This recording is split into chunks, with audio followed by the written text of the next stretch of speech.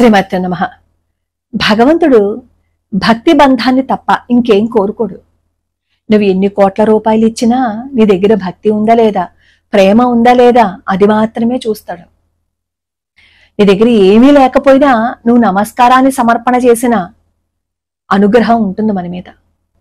నేను నీ కోసమే ఉన్నాను స్వామి, నువ్వు నా కోసమే ఉన్నావు, నువ్వు నా వాడివి, నువ్వు నా సొంతం, ఈ భావన భగవంతుడి మీద మనకి వచ్చింది అంటే ఇంకా మన జీవితం ఒడ్డున పడిపోయినట్లే. అటువంటి భావన రావాలి అంటే మనం సాధన చేయాలి, భగవంతుడు అనుగ్రహం ఉండాలి. అలాంటి అనుగ్రహం ఉండాలి అంటే మనల్ని మనం సమర్పణ చేసుకోవాలి. ఎవరికి సమర్పణ చేసుకోవాలి? భగవంతుడికి సమర్పణ చేసుకోవాలి.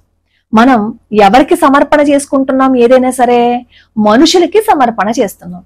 అది ఏ విషయమైనా సరే భగవంతుడితో బంధాన్ని ఏర్పరచుకుంటే మన జీవితంలో ఉన్న దారిద్ర్యం మనకే తెలియకుండా పోతుంది అనడానికి ఈ వీడియో ఒక ఉదాహరణ.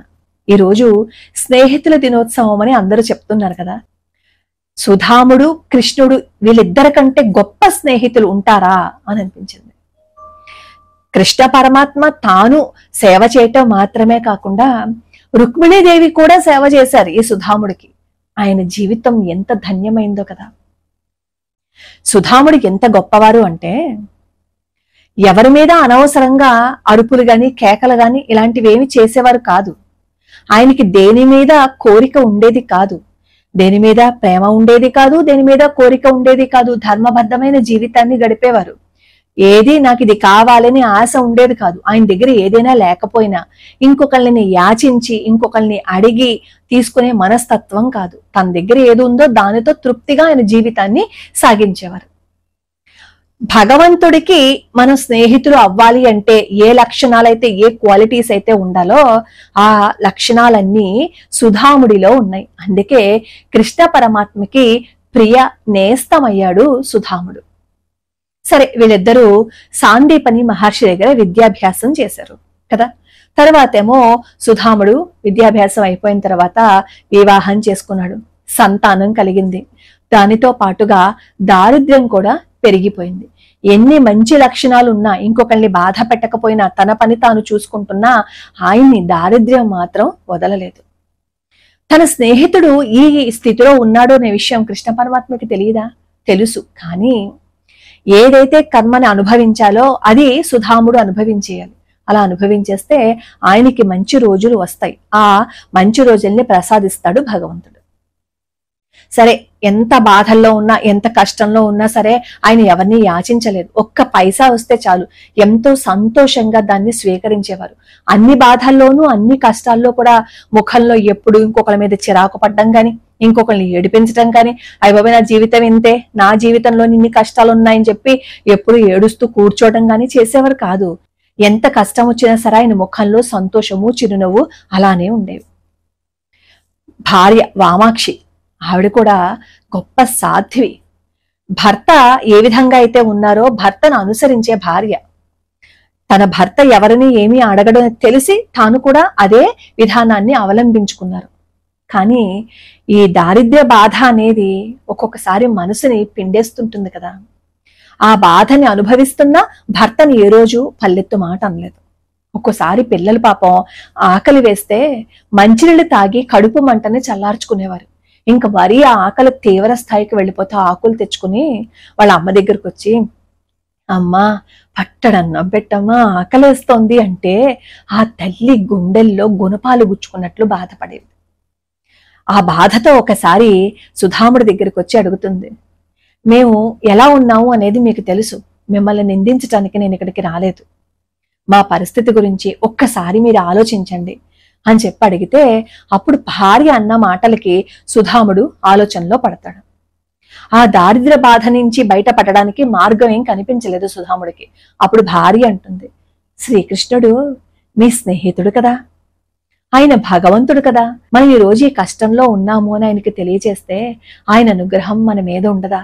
ధర్మాత్ములని కాపాడుతాడు కదా కృష్ణ పరమాత్మ. కాబట్టి ఒక్కసారి వెళ్ళి ఆయన దర్శించుకోండి చాలు, మీరు ఆయన ఏం అడగద్దు అంటుంది. ఎందుకంటే సుధాముడు ఎవరిని చేయి జాచి ఏమీ అడగడు అనే విషయం తనకి తెలుసు కాబట్టి. సరే, తన భార్య అన్న మాటలకి ఈ సుధాముడు ఆలోచిస్తాడు, నిజమే కదా నా భార్య చెప్పింది అని. సరే వెళ్తాను, కానీ నా స్నేహితుడిని చూడడానికి వెళ్ళినప్పుడు నేను ఏదైనా తీసుకుని వెళ్ళాలి కదా, మన దగ్గర ఏమైనా ఉన్నాయా తీసుకుని వెళ్ళడానికి అని చెప్పి అడుగుతుంది. అప్పుడు ఇల్లంతా వెతికితే కాస్త అటుకులు దొరుకుతాయి. ఆ అటుకుని తీసుకుని వచ్చి సుధాముడి ఉత్తరీయం ఉంటుంది కదా, అది కూడా చిరిగిపోయి ఉంటుంది అనమాట, అందులో వేసి మూట కడుతుంది. ఈ సుధాముడికి కుచేలుడు అని కూడా పేరుంది. ఎందుకో తెలుసా? ఎప్పుడు పాప ఆయన బట్టలు చిరిగిపోయి ఉంటాయి, ఆ చిరిగిపోయినవి పాతవి వేసుకున్నందువల్ల ఆయన్ని కుచేలుడు అని పిలిచేవారు. అయినా సరే ఎప్పుడు బాధపడలేదు. థట్ నన్ను తిట్టావా నువ్వు అని చెప్పి వాళ్ళ మీద యుద్ధానికి కూడా వెళ్ళలేదు, వదిలేశారంతే ఎవరు ఏమనుకున్నా సరే. సరే ఈ మూట కట్టుకుని అటుకులు కృష్ణుని చూడడానికి బయలుదేరారు. మార్గ మధ్యంలో ఎన్నో సందేహాలు. నన్ను కృష్ణుడు చూస్తాడంటారా, నన్ను అనుగ్రహిస్తాడంటావా, ఎక్కడో అంతాపురంలో ఉంటాడు కదా కృష్ణుడు, నేను వెళ్ళిన తర్వాత ద్వారపాలకులు ఏవైనా అడ్డు పెడితే వాళ్ళకి ఏదైనా ఇచ్చి లోపలికి వెళ్ళాలని దగ్గర కూడా నా దగ్గర ఒక పైసా కూడా లేదే అని ఎన్నో సందేహాలు. అంతే కదా, ఏదైనా బాధ కానీ కష్టం వస్తే ఈ అనుమానాలు సందేహాలు ఎక్కువైపోతూ ఉంటాయి కదా, అలాగే కుచేలుడు కూడా వచ్చాయి. సరే ఏదేమైనా వెళ్ళాలి అంతే అనుకుని బయలుదేరారు.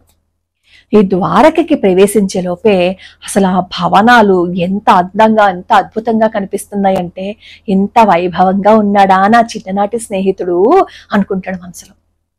అలా ఈ రాజప్రసాదాలన్నీ దాటుకుంటూ లోపలికి వెళ్తుంటే అక్కడ హంసతూలిక తల్పం మీద తన భార్యల్లో ఒకరితో కృష్ణ పరమాత్మ చక్కగా ఆనందంగా కబుర్లు చెప్తూ ఉంటారు.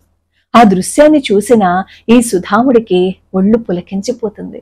నా స్నేహితుడు ఎంత అందంగా ఉన్నాడు, ఆ చూపులు చూడు, ఎంత కరుణా సముద్రుడిగా ఉన్నాడు నా స్నేహితుడు, ఆ నవ్వు చూడు, ఆ శరీరం చూడు, అసలు స్వామి వేసుకున్న ఒక్కొక్క ఆభరణాన్ని వర్ణిస్తూ నా స్నేహితుడు కంటే అందగాడు ఈ ప్రపంచంలో ఉంటాడంటావా అంటూ మరిచిపోతారు. ఇంకాస్త దగ్గరికి వెళ్తారు. అప్పుడు ఈ కృష్ణ పరమాత్మ కుచేలుణ్ణి చూస్తారు, సుధాముణ్ణి చూస్తారు. తొట్రుపట్టు దిగ్గుమని తన హంసతూలిక తల్పం మీద నుంచి లేచేసి దగ్గరికి వస్తారు. తన స్నేహితుణ్ణి పోల్చుకుంటారు. పోల్చుకుని వెంటనే ఇలా కౌగలించుకుని సుధామా అంటూ హంసతూలిక తల్పం మీద కూర్చోబెడతారు. ఆయనకి అన్ని ఉపచారాలు చేస్తారు కృష్ణ పరమాత్మ. రుక్మిణీదేవి కూడా సుధాముడికి అన్ని ఉపచారాలు చేస్తుంటే అక్కడ ఉన్న వాళ్ళందరూ ముక్కుని వేలేసుకుంటారు. ఆహా, ఈ బ్రాహ్మణుడు ఎంత ధన్యుడో కదా, ఎన్ని జన్మలు పుణ్యం చేసుకున్నాడో, ఎన్ని జన్మలు పుణ్యం చేసుకుంటేనో తన భార్యతో కలిపి హంసతూలికా తల్పం మీద కూర్చుని కబుర్లు చెప్తున్న కృష్ణ పరమాత్మ అదే హంసతూలికా తల్పం మీద తన స్నేహితుడిని కూర్చోపెట్టి ఉపచారాలు చేశారు అంటే ఎంత ధన్యజీవో కదా అని అందరూ అనుకుంటారు. ఈ లోపు కృష్ణ పరమాత్మ తన చిన్ననాటి విషయాలన్నీ అడిగి ఎంతో సంతోషంగా ఎంతో ఉల్లాసంగా సుధాముడితో కబుర్లు చెప్తూ ఉంటారు. గురుకులంలో ఉన్నప్పుడు ఎలా ఉండేవారు, వాళ్ళు ఆటలాడుకునేటప్పుడు ఎలా ఉండేవారు, ఇవన్నీ మాట్లాడుకున్నారనమాట. సరే ఈ లోపు కృష్ణ పరమాత్మ అంటారు, అంత దూరం నుంచి నువ్వు నా కోసం వచ్చావు కదా, నన్ను చూడ్డానికి వచ్చిన నువ్వు ఏదీ తీసుకురాకుండా బహుశా రావు, ఏం తెచ్చావేంటి నా కోసం అంటాడు కృష్ణ పరమాత్మ. సరే తను తెచ్చింది అటుకులు, వైభవం చూస్తుంటే అర్థమైపోతుంది సుధాముడికి, ఏం చేయాలో తెలియక తను తెచ్చిన అటుకులు దాచేస్తాడు. అప్పుడు కృష్ణ పరమాత్మ సుధాముడి చేయి తన చేతిలోకి తీసుకుని తన ఉత్తరీయంలో కట్టిన ఆ అటుకుల్లో నుంచి ఒక గుప్పుడు తీసుకుని సంకల్పం చేసుకుంటూ లోపలికి ఆరగిస్తారనమాట. ఇవి నన్ను ఈ లోకాలని సంతృప్తిపరచుగాక అని. అలా ఆరగించి ఇంకొక పిడికడ అటుకులు తీసుకోబోతారు. అప్పుడు రుక్మిణీదేవి వారిస్తుంది. తర్వాత ఈ సుధాముడితో అన్ని కబులు చెప్పిన తర్వాత ఆ రోజు రాత్రి అక్కడే విశ్రాంతి తీసుకుంటారు. పొద్దున్నే అనుష్ఠానం అంతా అయిపోయిన తర్వాత తిరిగి బయలుదేరతారు. మధ్యలోకి వచ్చేసిన తర్వాత అప్పుడు గుర్తుకొస్తుంది, ఏమనంటే అదేం చెప్పమా, నేను అక్కడికి వెళ్ళాను కదా, కృష్ణ పరమాత్మని అడగవలసింది నేనేం అడగలేదు, కృష్ణ పరమాత్మ నాతో అన్ని మాట్లాడుతుంటే నా చిన్ననాటి స్నేహితుడు అంత మైమర్చిపోయి చెప్తుంటే నేను ఎందుకు వెళ్ళానో కూడా మర్చిపోయాను అని చెప్పి ఆయన సర్లే ఇంకేం చేస్తాము, చేసేది ఏం లేదు కదా అని చెప్పి ఇంటి బాట పట్టేశారు. ఆయన ఊరి పొలిమేరలకి వచ్చేసరికి నేను ఇల్లు ఉండవలసిన ప్రదేశంలో పెద్ద మేడ, దాసదాసి జనాలు, లక్ష్మీ వైభవం అన్నమాట ఆ మేడంతా. ఆ వీధంతా ఎంతమంది పరిచారకులు తిరుగుతూ ఉన్నారు. పట్టుబట్టలు బంగారపు నగలతో దగద్గాయమానంగా వెలిగిపోతుందనమాట.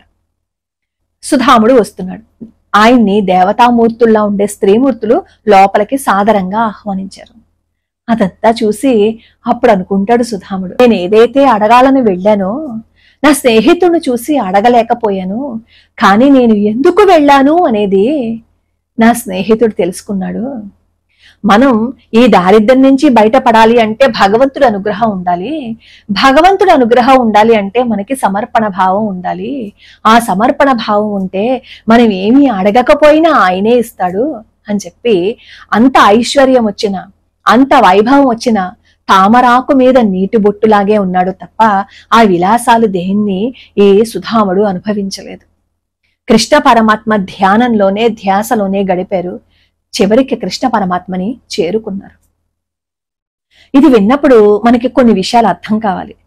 నా స్నేహితుడి దగ్గరికి నేను వెళ్ళాను, నాకు సహాయం చేయలేదు, చూసావా నేను ఏ కష్టంలో ఉన్నాను అని కూడా అడగలేదు అని సుధాముడు అనుకోలేదు.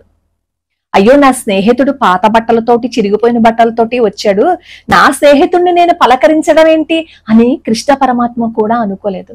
మ్యూచువల్ అండర్స్టాండింగ్ అనేది వీళ్ళిద్దరి దగ్గర నుంచే మనం నేర్చుకోవాలి. ఈ కృష్ణ పరమాత్మని స్నేహితుడిగా చూసినప్పుడు, అదే కృష్ణ పరమాత్మని భగవంతుడిగా చూస్తే మనం ఆయన దగ్గరికి వెళ్ళాం, మనం ఏం అడగకపోయినా మనం ఆ పరమాత్మని ప్రేమగా పిలిచి నువ్వు నావాడివయ్యా, నేను నీవాణ్ణయ్యా అనే భావనతో ప్రేమతో ఆయన్ని ఒక్కసారి కౌగలించుకుంటే చాలు. ఆయన్ని ఒక్కసారి హక్కును చేర్చుకుందాము అని మీ మనసులో వస్తే చాలు, ఆయన హక్కును చేర్చుకుంటారు.